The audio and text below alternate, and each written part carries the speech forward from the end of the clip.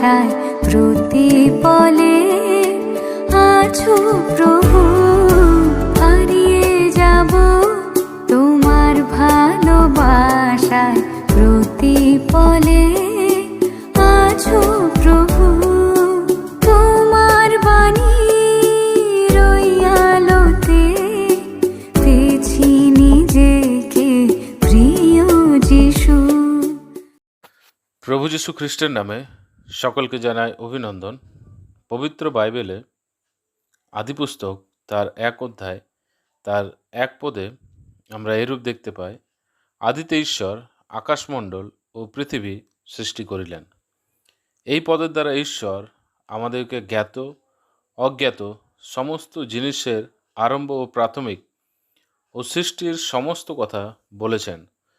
আমরা যেন না ভুলি, ঈশ্বর ছাড়া সৃষ্টির শুরু নয়, আমাদের জন্ম আমাদের জীবন নয়, ও আমরা বেঁচে থাকতেও পারি না।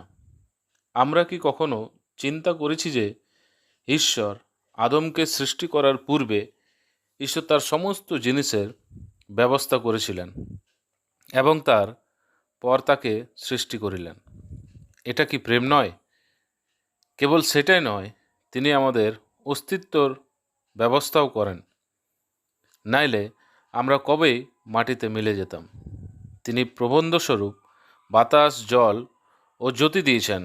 কল্পনা করি কি আমরা এই সমস্ত ছাড়া বাঁচতে পারব? কখনো না।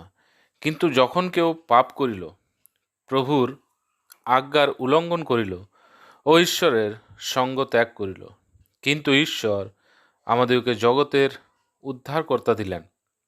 তিনি তার প্রিয়পুত্র প্রভু যীশু যখন তিনি মনুষ্যরূপ ধারণ করিলেন, তখন মথিলিখিত সুসমাচার তার 1 অধ্যায় 21 পদে আমরা এইরূপ দেখতে পাই, এবং তুমি তাহার নাম যীশু ত্রাণকর্তা রাখিবে, কারণ তিনি আপন প্রজাদিওকে তাহাদের পাপ হইতে ত্রাণ করিবেন।